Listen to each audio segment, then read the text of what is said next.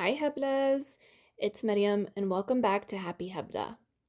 Episode 4 comes with a little bit of a trigger warning. I'm going to be discussing trauma, so it may bring forth some heavy emotions. Today's episode is titled Trauma Isn't an Excuse: Turning Pain into a Healing Guide. So today's going to be a little tender, but hopefully super empowering. We're going to talk about trauma, what it is, how it shows up in everyday life and in relationships, and how it can guide us towards healing and deeper love with others, but most importantly with ourselves. So let's jump right in. Trauma touches every life in some way. It can start before birth or pre-birth. It can arrive in a single moment or quietly build over a number of years. It can be collective like war or a genocide or displacement, or it can be something deeply personal like neglect, loss, or constant stress. But here's the heart of today's conversation. Trauma does not justify bad behavior. It isn't a free pass to hurt someone, to lash out, or to stay stuck. Using trauma to justify bad behavior is a form of abuse, and it, bottom line, is a way to avoid taking accountability and control of yourself. But what it can do is explain why certain triggers set off deep reactions. It can assist us in understanding and empathizing with others and with ourselves. Owning our actions is part of love, and that accountability is part of our healing journeys. So, what does trauma really mean? Oftentimes when we hear the word trauma, we think of a big, air quotes, traumatic event: violence, abuse, serious accidents, loss, sexual abuse. But trauma also consists of small, air quotes, traumatic events: ongoing criticism, bullying, microaggressions, poverty, growing up around constant stress. It's all personal and it all looks different for everyone. What deeply wounds one person might barely ripple for another. The same goes for how we manage our lives with it. It looks different for everyone. Some of us bury it so well, whether that's by choice or with the help of our amazing subconsciouses, that when it comes forward years later, we're surprised when something as simple as a smell or a sound brings it to light. I mean, both are totally normal, and neither of them mean that you're broken. A wild and random example for me personally is one time I was riding in my car with my sisters and a really good friend of ours. I was doing my makeup and I dropped a tiny bit of foundation on my jeans. I feel like they were my favorite jeans, or I don't know, something. And that sent me spiraling. I started having a panic attack, which consists of me like uncontrollably crying. I honestly still don't know or understand how that triggered some deep-rooted abuse. But, that's how it happens. Trauma rarely stays in our pasts. It whispers into the present, especially in relationships. It can look like lack of trust, doubting someone's love or motives, even when they're steady and kind. It can look like outbursts, big emotions that feel bigger than the moment, or it can be isolation, pulling away to protect yourself. Or even miscommunication, assuming rejection or abandonment when someone is just, quiet. Our trauma builds our attachment styles. And if you don't know anything about attachment styles, the most important thing to know is that you can change them. So what does that mean in terms of our trauma? Well, it's always going to be a part of us, but you can learn to accept it and take away its power. If you identify with or notice any of these patterns in yourself or someone you know, you need to remember trauma doesn't make you broken. It's something everyone deals with in some form. It's something outside of our control, and you can use it to deepen your relationships with yourself and in turn deepen your relationships with others. Healing inward creates room for more trust, patience, and authentic love outwards. You know what I've noticed, and I'm guilty of it as well, is comparing my trauma to someone else's and thinking, oh, mine is worse, or, what, or, mine is nothing compared to theirs.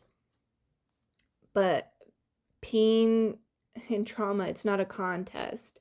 Everyone's feelings are valid, and you're allowed to feel them. It's not our place to rank or fix anyone else's story. Our job is to just be a safe place for the people we love and care for. And at the end of the day, we never really know what someone else is carrying. So kindness is the most powerful form of healing that we can extend to another human being. So, how can we use trauma as a guide? How can we look at it as a teacher? First, by identifying and learning from our triggers. These sudden waves of fear, anger, or sadness are like a compass. They point to where your heart is asking for care. When you notice a reaction that feels bigger than the situation, instead of judging yourself, try asking yourself, what is this trying to teach me about where I still need healing? Naming or identifying a wound is often the first step towards healing and taking the power back. Okay, so is trauma just a horrible memory stuck in our heads? No, it's not. It's in the body too, in our nervous systems. We can get stuck in fight or flight mode. That's why grounding practices can help us so much. Connecting with the body helps with grounding. As we discussed previously, the 5 senses method, that is super helpful to get you grounded and, back in the moment. Some other things that help are prayer. That's what I do. Going for a walk, a warm cup of tea, yoga, working out, art, journaling, makeup. Those are all the things that I like to do. They're all great tools to help with grounding. So instead of a guided practice today, I wanted to give you some gentle ideas to start connecting our traumas to our healing. So you can do this now, or save it for later, but you need to set a safe space to do some reflection. Somewhere where you can just focus on yourself. I like to sit on my bed with some candles lit, avoid harsh lighting and music or any other type of distractions. Take out a notebook and start to create a timeline from your earliest memory of strong emotions to your most recent. Just a quick timeline. It's hard when you try to think about it, but once you start writing, it just kind of starts flowing. And you can always go back and, edit it, but it's a good way to kind of start. Once you have your quick little timeline, then start to dig deeper into every situation and try to recall as much detail as you possibly can. So this is probably going to take some time. You're not going to be able to do it all at once. So maybe do your big timeline and then just focus on your first memory. Try to recall how you felt, what were you doing, what emotions came up, how you reacted in the situation. It all helps. This made me realize that certain situations were filled with so much emotion I never identified or processed.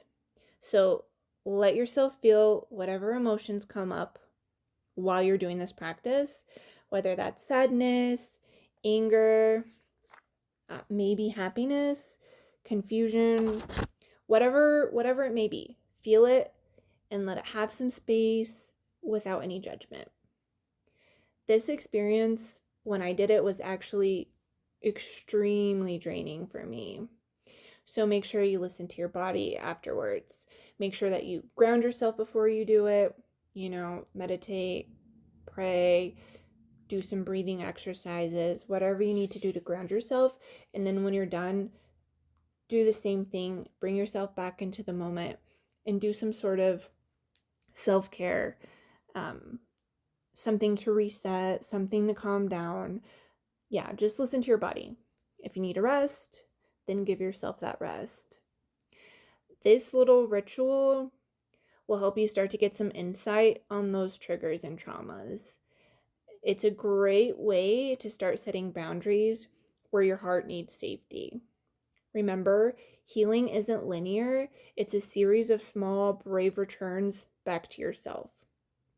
So, let's seal today's show with an affirmation. I honor my past without letting it define me. I take responsibility for my choices. I'm not broken. I am healing. And your gentle practice this week, create that safe space for yourself and be a safe space for someone else. Maybe that's listening without giving advice, offering a hug, or, simply smiling at a stranger. I know I say that all the time, but if you haven't done it, you should try it. It does. It's a little ripple effect, and it makes everybody's day better. You can't see it, but you'll feel it, and the person that you smile at will too. These small acts of kindness are the most powerful medicine. So remember, trauma doesn't make you broken. Don't use your trauma as a weapon. And in order to heal, you have to do the work. Well, that's all I have, Heblas. Thank you for sharing this space with me. Please remember, please remember, trauma doesn't make you broken. It can be a guide, deepening your relationship with yourself, and in turn with everyone you love. Healing is empowerment. Until next time, take care of your beautiful minds, bodies, and souls. Okay, bye, Hablas.